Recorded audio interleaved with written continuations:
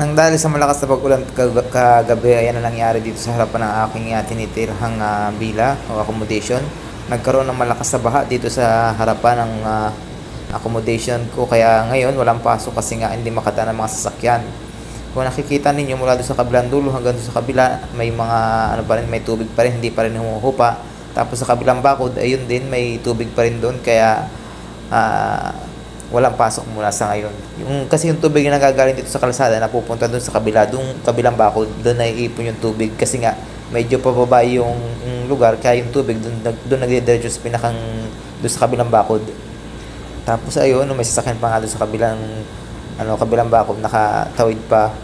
Tapos yung mga diyan, may mga tubig pa rin. Tapos ito sa kabilang side naman, nawala na yung tubig kasi nga yung tubig na dapat nandito napunta doon sa kabilang bakod kasi nga kumbaga dahilig, kaya yung tubig